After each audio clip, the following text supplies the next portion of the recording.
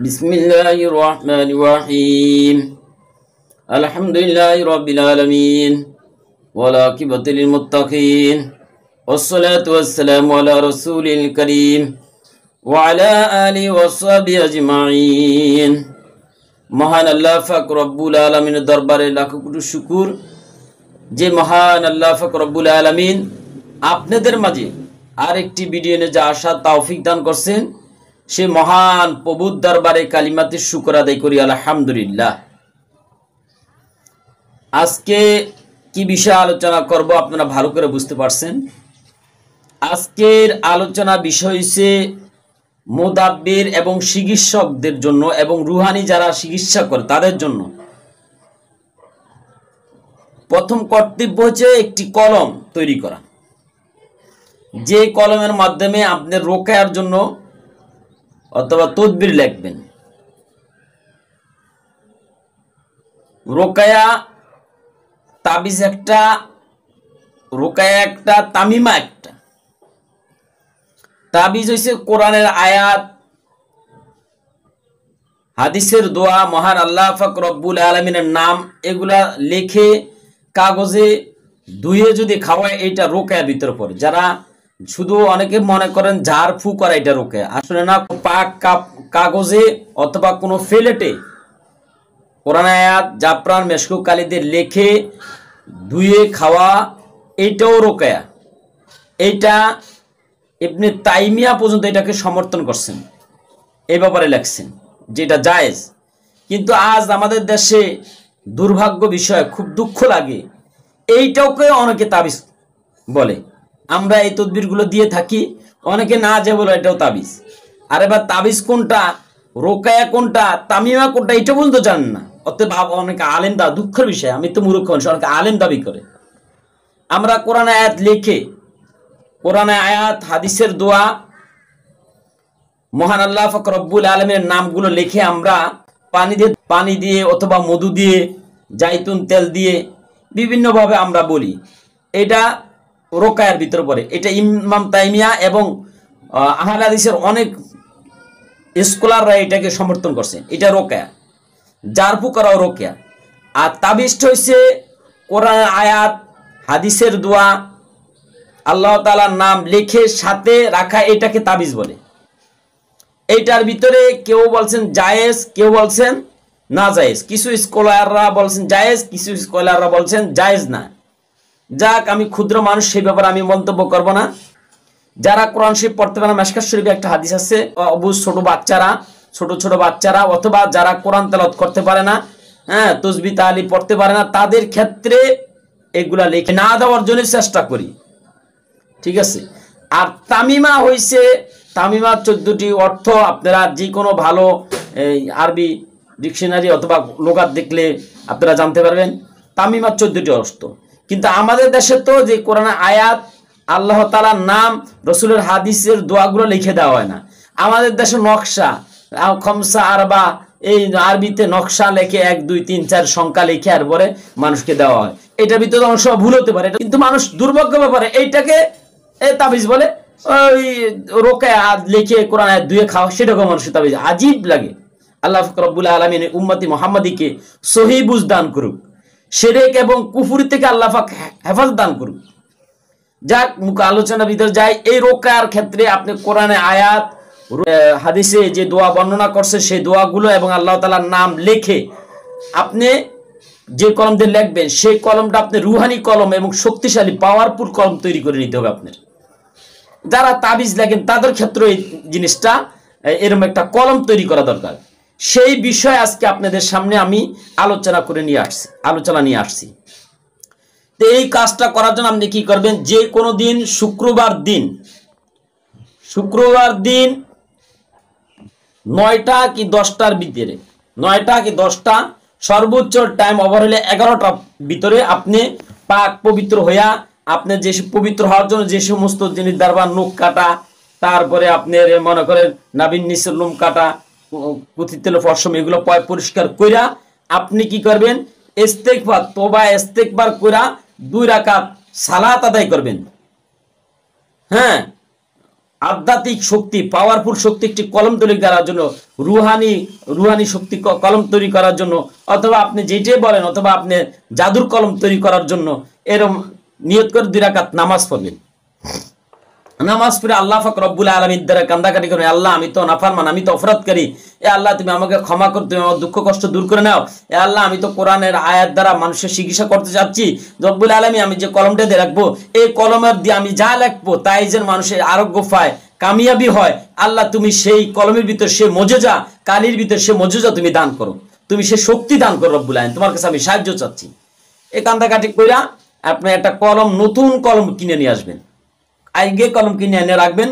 কলম কিনে এনে রাখার পরে আপনি নামাজ পড়ার পরে ইস্তেগফার পড়বেন 11 বার, আস্তাগফিরুল্লাহাল্লাযী লা ইলাহা ইল্লা হুয়াল হাইয়ুল কাইয়্যুম ওয়া আতুবু ইলাইহি লা হাওলা ওয়ালা কুওয়াতা ইল্লা বিল্লাহিল আলিয়্যিল আযীম 11 বার পড়বেন। তারপর দুরূদ ইব্রাহিম পড়েন, আল্লাহুম্মা সাল্লি আলা মুহাম্মাদি ওয়া আলা আলি মুহাম্মাদ কামা সাল্লাইতা আলা ইব্রাহিম ওয়া আলা আলি ইব্রাহিম ইন্নাকা হামিদুম মাজিদ, আল্লাহুম্মা বারিক আলা মুহাম্মাদি ওয়া আলা আলি মুহাম্মাদ কামা বারাকতা আলা ইব্রাহিম ওয়া আলা আলি ইব্রাহিম ইন্নাকা হামিদুম মাজিদ। পড়ার পরে আপনি কি করবেন, একটা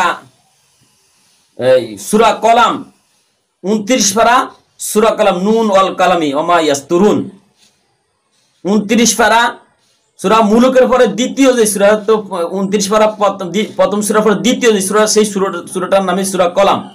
এই সূরা কলাম আপনি 11 বার পড়বেন।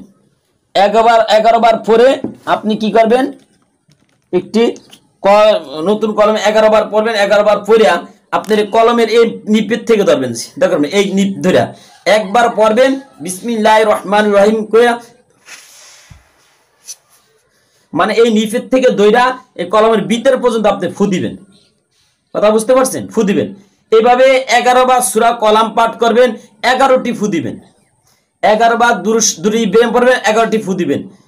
প্রথম 11 বার ইস্তেগফার পড়বেন, 11টি ফু দিবেন এই কলমের এখান থেকে দইরা, নিপ থেকে দইরা এই পর্যন্ত, ঠিক আছে? দুরূদ ইব্রাহিম 11 বার পড়বেন, 11টি ফু দিবেন নিপ থেকে দইরা এর মধ্যে।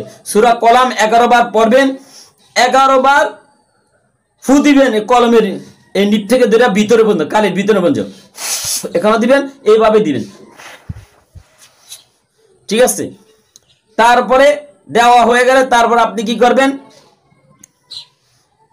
এই ইয়া ওয়ারিসু ইয়া ওয়ারিসু ইয়া ওয়ারিসু এই ইসমটা আপনি 41 বার পড়বেন।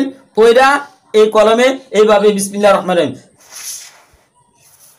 ফু দিবেন, ঠিক আছে? ইয়া ওয়ারিসু 41 বার পড়ে তারপর পড়বেন ইয়া ওয়ারিসু পড়ার পরে তারপরে ইয়া খাবিরু আখবিরনি ইয়া খাবিরু আখবিরনি ইয়া খাবিরু আখবিরনি 101 বার পড়বেন। পড়ার পরে আপনি কলমের এই জায়গা থেকে দেয়া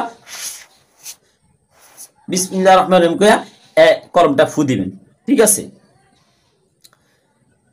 এই আরেকটা এসএম আছে,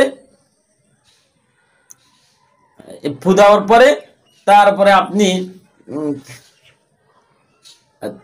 আপনি কি করবেন, এই কলমটা তৈরি করা হলে দুরূদ শরীফ ইস্তেগফার পড়বেন। পড়ার পরে আপনি কি করবেন, এই ইস্তেগফার দুরূদ শরীফ ইস্তেগফার পড়ার পরে আপনি কলমটা যে কোনো গোপনীয় একটা জায়গায়, যে জায়গায় কেউ কলমটা ধরবে না এমন একটা জায়গায় কলমটা রেখে দিবেন। যদি পারেন এই আমল করার সময় আপনি এইভাবে রেখে দিবেন। রেখে দেওয়ার পরে আপনি প্রতিদিন আবার ওই টাইমে, শুক্রবার করলেন এইভাবে, আবার শনিবার করবেন, রবিবারে করবেন, সোমবার করবেন, মঙ্গলবার করবেন, বুধবার করবেন, বৃহস্পতিবার করবেন, 1 সপ্তাহে আমলটা করবেন, ঠিক আছে? যে জায়গায় কলমটা রাখবেন ডেইলি রাখবেন, ওই নেওয়ার সময় ওখান থেকে আবার থুয়ে দিবেন, ঠিক আছে? একটা কাপড় সাদা কাপড় ফেঁচা রাখলে সবচেয়ে ভালো, কেন সাদা কাপড় সুন্নাত নুরানি পরিবেশ, ঠিক আছে? সাদা কাপড় ফেঁচায় রাখবেন, তারপর রেখে দিবেন। এরপর 1 সপ্তাহ এই আমল করার পরে কলমটা তৈরি করা হয়ে যাবে। কলমটা তৈরি করার জন্য আবার 2 রাকাত নামাজ পড়বেন। কিছু সাদাকা চিন্তা করবেন, কলমটা তৈরি করার আগে কিছু টাকা সাদাকা দিয়ে দিবেন, ঠিক আছে? আর সাদাকু তারাদ্দুল বালা, সাদকা দ্বারা আপদ বিপদ বালা মুসিবত দূর হয়ে যায়। আল্লাহ পাকের ক্রোধ এটা কি করে, ঠান্ডা করে, ঠিক আছে? এবং সাদগার মাধ্যমে কোনো বিপদ আপদ সাদগা অতিক্রম করে যেতে পারে না। এই জন্য আপনি কিছু আমল করার আগে কিছু সাদাকা কিছু এতিমখানা ছাত্রদের দিয়ে দিলেন, কোনো এতিম ছাত্রদেরকে জামা কিনে দিলেন, অথবা ছাত্রকে কিছু কিতাব কিনে দিলেন, ঠিক আছে। তারপর আবার আমল শেষ হওয়ার পরে আবার কিছু সাদাকা দিয়ে দিবেন, ঠিক আছে। দেওয়ার পরে 1 সপ্তাহ পরে আপনি যেই কোনো কাজের জন্য বিসমিল্লাহির রহমানির রহিম যেই কোনো কাজ করবেন, এই কাজ লিখবেন, লিখে দিবেন, যেই কাজকে দিবেন ইনশাল্লাহ ইনশাল্লাহ সেই কাজে আপনি সাকসেস হবেন। আল্লাহ পাক রব্বুল আলামিন আমাদের সকলকে কোরআন সুন্নাহ অনুযায়ী আমল করার মতো তৌফিক দান করুক, শিরক মুক্ত ইবাদত করার মতো তৌফিক দান করুক। আল্লাহ পাক রব্বুল আলামিন আমরা যে খেদমতগুলো করছি এই খেদমতগুলো যেন আল্লাহ পাক কবুল করে, এই জন্য দোয়া করবেন, আমার জন্য দোয়া করবেন। আমার মনে যে ভিডিওটা দিচ্ছে এরকম একটা ভিডিও ইউটিউবে আছে কিনা আমার জানা নাই, দিতে পারে, আমি চেষ্টা করছি কোরআন এবং সুন্নাহ অনুযায়ী দেওয়ার জন্য, এই জন্য আমার জন্য দোয়া করবেন।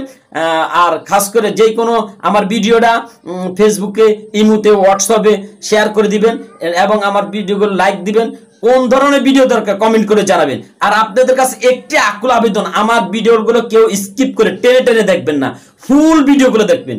দেখার আর কেউ ভিডিও ডাউনলোড করবেন, যদি কেউ ডাউনলোড করতে হয় ফুল ভিডিওটা ফুল দেখে তারপর ডাউনলোড করে। ভাই আমি অনেক কষ্ট করে আপনাদের দেখলাম, যদি আপনারা আমার ভিডিওটা মনে করেন ভাইরাল না হলো, অথবা আমার ভিডিওটা গুগলের কাছে গ্রহণযোগ্যতা না হলো, তাহলে ভাই কি লাভ হলো?